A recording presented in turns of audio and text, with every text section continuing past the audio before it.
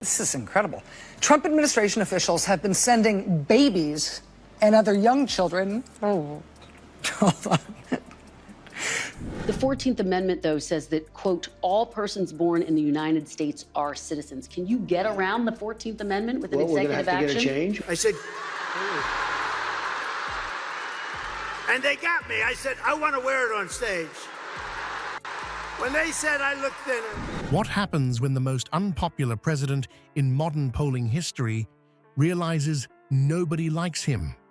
Trump's having a complete meltdown after Rachel Maddow exposed his disastrous policies. The more tweets he sends, the lower his approval rating goes. It's like watching someone dig their own political grave in real time. And Maddow's breakdown of this embarrassing spiral is something you've got to see. Before we move on, I'd like to ask you a small favor. If you appreciate this content, please take a second to like this video and subscribe to the channel. Over 98% of you watch the videos without subscribing. It costs you nothing, but it makes a huge difference to us. So, did you click the subscribe button? Great. Thank you so much. Now, back to the video. Ever wonder what happens when you put a guy who bankrupted casinos in charge of the entire government? Well, we're living through that nightmare right now. The orange turd is running America exactly like his failed businesses. Slash everything to the bone, pocket whatever cash you can, and leave everyone else holding the bag when it all comes crashing down.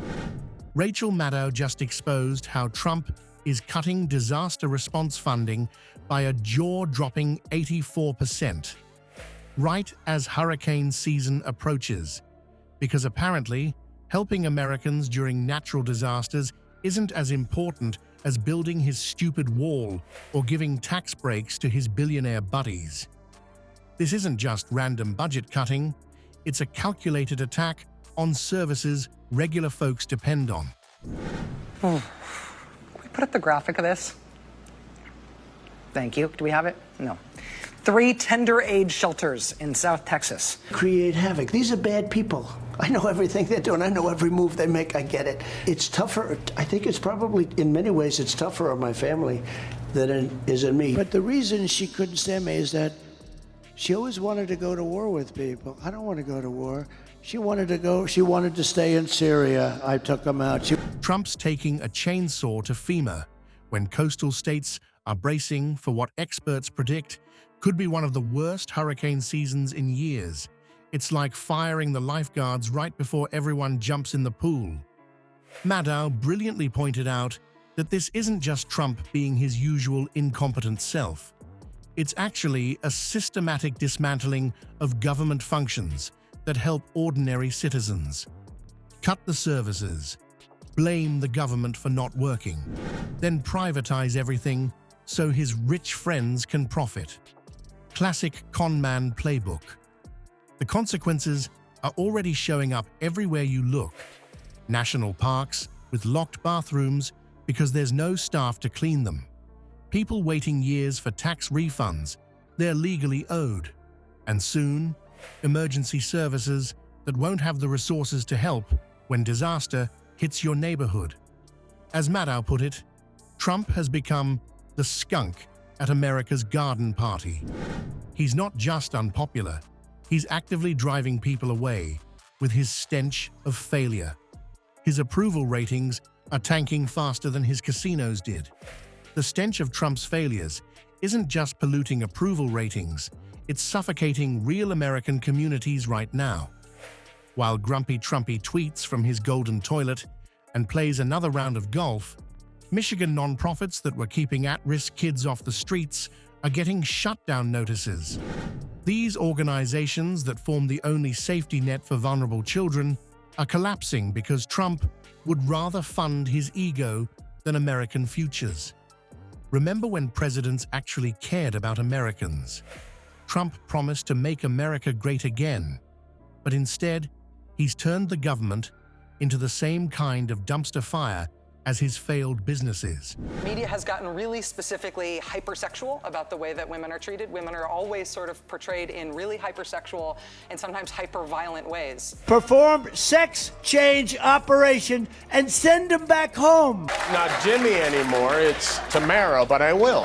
I know nothing about QAnon. I know nothing about it. I know nothing about the indictment. I know nothing about WikiLeaks. I have no idea who these women are.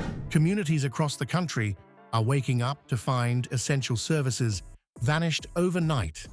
Imagine driving to your local government office only to find locked doors and disconnected phones. It's like some twisted game show where the prize is discovering which critical service disappeared while you were sleeping.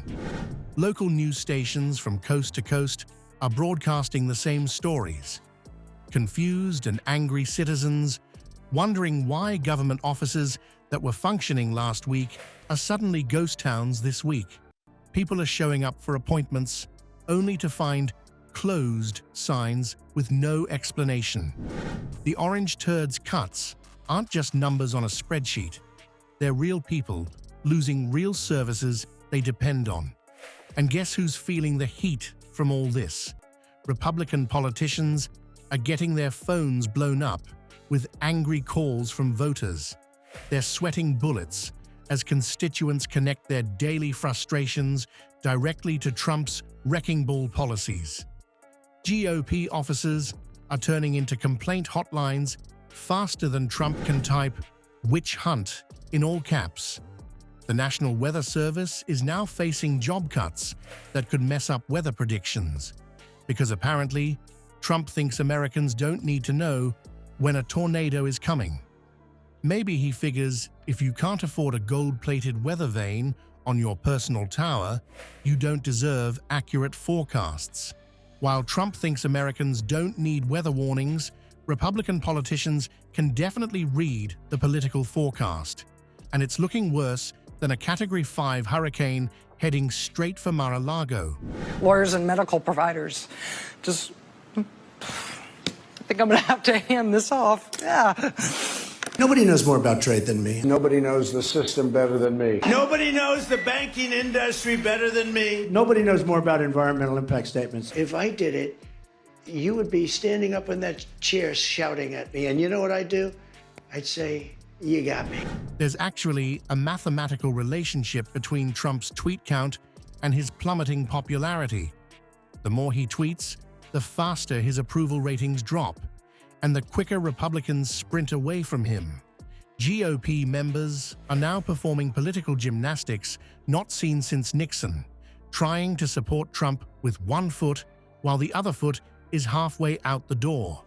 It's like watching someone try to eat a hamburger while running from a bear. Republican strategy sessions these days aren't about policy. They're crash courses in how to pretend you didn't see that latest Trump tweet when a reporter shoves a microphone in your face. The party that once stood proudly behind their orange leader is now playing a nationwide game of Trump who. Maddow pointed out how these politicians are creating distance faster than Trump creates lies.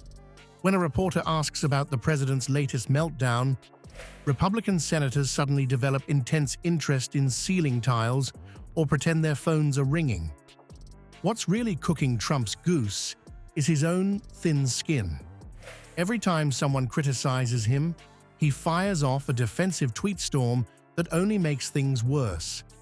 It's like trying to put out a fire with gasoline-soaked toilet paper. This is incredible. Trump administration officials have been sending babies and other young children... Oh, hold on. The 14th Amendment, though, says that, quote, all persons born in the United States are citizens. Can you get around the 14th Amendment with an executive action? We're going to have to get a change. I said,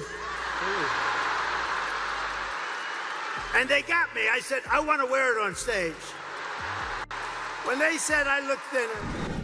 Political experts have noticed this vicious cycle. Criticism leads to Trump tantrums, which leads to more unpopularity, which leads to even bigger tantrums. The growing public disagreements between Trump and Republican leaders show just how uncomfortable they've become with his leadership. When your party's figurehead becomes more toxic than 3-day-old sushi, you've got a problem.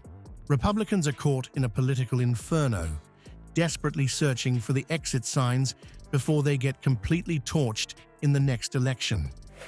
As Trump limps toward the end of his presidency, the verdict is in. America is giving him a big thumbs down.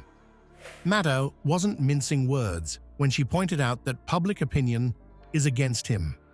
And it's not just because of his bad hair days or weirdo tweets. It's his actual policies that are making Americans run away screaming. Still just concepts? Do you have a fully developed plan? Let me explain. Obamacare stinks. It's lousy. I said, well, I'm going to do it whether the women like it or not. I'm going to protect them. I'm going to protect them from migrants coming in. I want new hate mail. I want it to be about something other than me being mannish and cow-like. The Orange Turd's brilliant strategy of slashing vital services that people depend on, like gutting disaster response staffing by 84%, is working about as well as his mail-order steaks business. Communities across America feel completely abandoned, and they're connecting their daily headaches directly to Trump's terrible decisions. The real question isn't whether Grumpy Trumpy will continue his meltdown parade. That's as guaranteed as his morning bathroom tweet storm. What matters now is whether enough Americans will wake up and vote before his disaster of a presidency causes even more havoc. As Maddow brilliantly exposed, we're not just watching a president fail, we're watching him fail spectacularly while taking the entire country down with him.